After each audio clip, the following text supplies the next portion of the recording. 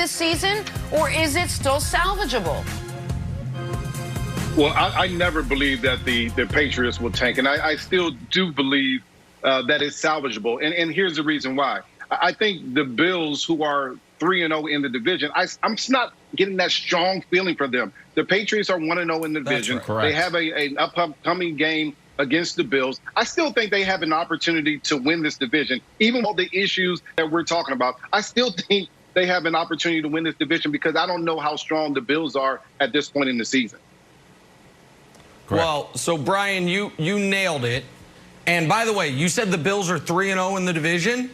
Mike McCarthy should call up the Bills organization and let them know you get to 4 wins in the division, you usually win it. Even bigger game for the Bills this week. And I don't know if they had that advanced analytics.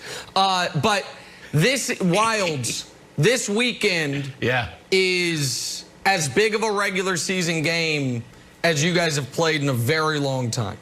If you win, and I think you will, even though you're 4-point dogs, then I believe you guys just stay the course. If you lose, and all of a sudden the Bills have the tiebreaker, the Bills are 3 games clear of you, it is looking bad, then I do think Bill Belichick calls up, I don't know, Steve Keim in Arizona, says, hey, Steve, got a rookie quarterback on a rookie contract. You just lost Chandler Jones, coming off a great win. You don't love Dre Kirkpatrick as your second corner. Come on. But you got Patrick Peterson over there. You want to pair him up with Stephon Gilmore, Brandon? You want to have 2 #1 corners on that team? I think Gilmore, who's on a very reasonable contract for next season, would get you a first-round pick. He is that level of player. No. I wouldn't do it, Brandon, if you beat the Bills. You beat the Bills, you know you win the next week because you have the Jets. You're 4-4 and you're right there. But if you fall to 2-5, if you lose 4 in a row, then I do think you consider trading Stephon Gilmore, Brandon. No, I just think it's funny that we're talking about the Patriots and we're also talking about them tanking.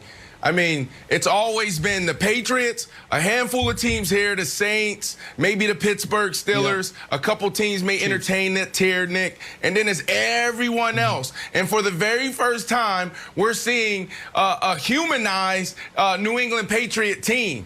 I don't believe that they're going to tank. I don't believe that they're going to just throw in the towel because they still have a chance to make it to the playoffs. So Bill Belichick, Josh McDaniels, and even Cam Newton, they know they're one good game away from being right in it. Just a couple weeks ago, they were right there. We were talking about how awesome of a team they are. So, yes, they need to have a pass catcher. They need to protect Cam. Cam needs to protect himself. But if Cam has one good game, now things change, and it's a totally different topic. That's right. Well, you know, they've had discussions about trading Stephon Gilmore. Like, I've had discussions about moving to Barcelona. It's not going to happen, but of course, like, wow, that would be interesting, huh? Eat lunch at 4 o'clock, but it's not going to happen. But to everyone's surprise, I do think that we should tank, but it's Master P's tank, the gold tank, coming down $9.95 because the answer to all these questions are yes. Are we better than the Jets? Yes.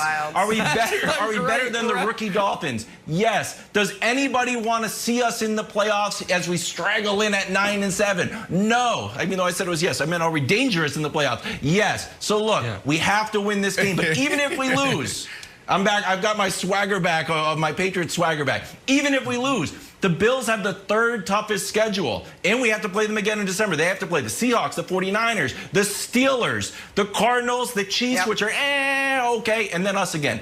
So I feel okay even if we lose this game. I'm not tanking unless it's a gold-plated tank that I'm driving. Just to recap, move to Barcelona, eat lunch at 4 o'clock. Speaking of salvageable teams, the Dallas Cowboys. Jerry Jones may have hit his boiling point yesterday. You got to hear what he had to say and how he said it. Next, first things first. Leadership and PR drowning in bad storylines this season. The latest, a frustrated Jerry Jones losing his temper during his weekly radio hit when discussing leadership on this team. Take a listen. Does your team have a leadership void? When we're in the offensive line, where just overall, when these. But seriously, Where would you have a leadership void? Is it an experience void? Is it a talent void? Is it a leadership void? I'm not trying to be cute here. The answer is no. The answer is no. I'm asking. There's not a. Well, just shut up and let me answer. No.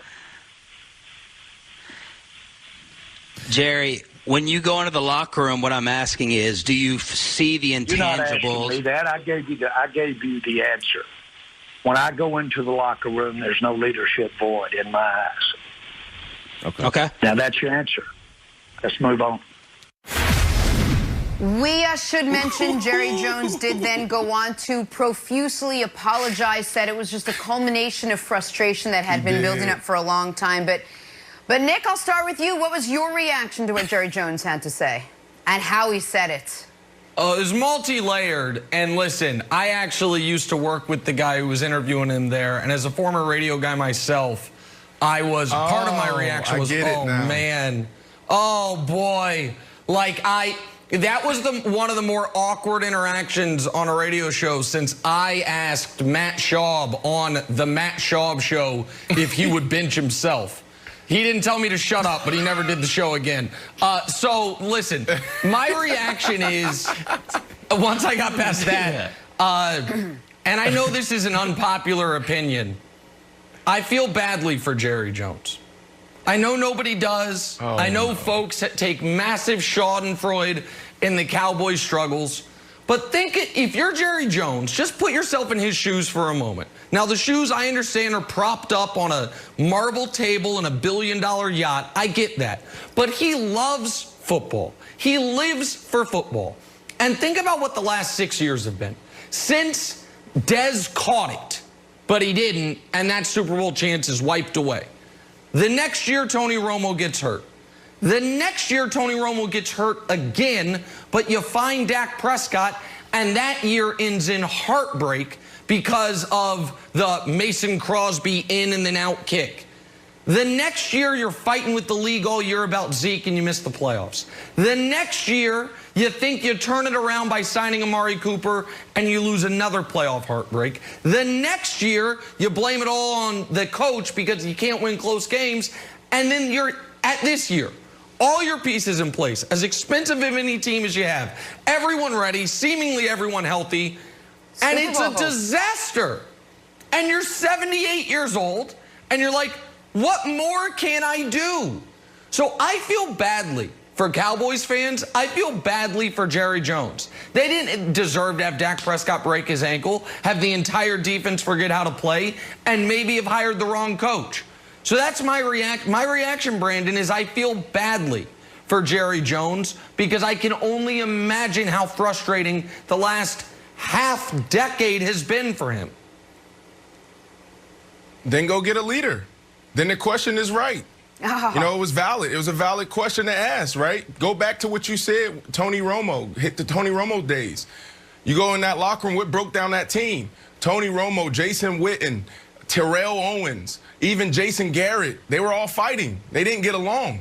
And then you fast forward to today. Like, show me where the leader is. There isn't a leader there. There isn't a Bobby Wagner on the defensive side where you look at the roster and say, that's the guy.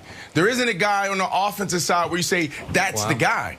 You have your best player on the offense right now who is turning the ball over every single game, dropping balls, going through his hands, picks all over the place. So when you look at this question, to me, it's valid. Now, Jerry, he could have been a bit more of a professional, right? Like, I understand that it's tough sitting there talking to the media every single day, but I understand that, you know, that question should have been asked because that's the only thing that's missing on this team. They have the roster. They have a good coach, I believe, okay? Not on the defensive side, but they have enough on the offensive side. So why does it look like this? While maybe you have the answer, but for me, you know, this right here was a valid question. They need leadership. All right, so Brandon, you're saying that like basically Zeke should step up and fill that void. We know that offensively, he said that he wants to carry the load now that Dak's gone. But do you think that inside the locker room, that's Zeke's job as well?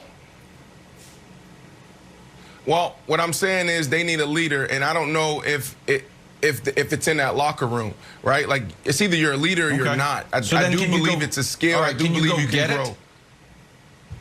All right, can you go not get at this point of the season, leadership? right? Because you can't. So it's a wrap. It's tough. It's tough for a guy to come in mid-season and be that guy. It just doesn't happen. You don't know him. You know, you got to build relationships. There's going to be some chemistry, some continuity issues. So no, you can't just go get a guy mid-season and think that he's going to galvanize this locker room and galvanize this team. It just doesn't happen. So, you know, you would expect that Zeke is that guy. You would expect that those guys on the defense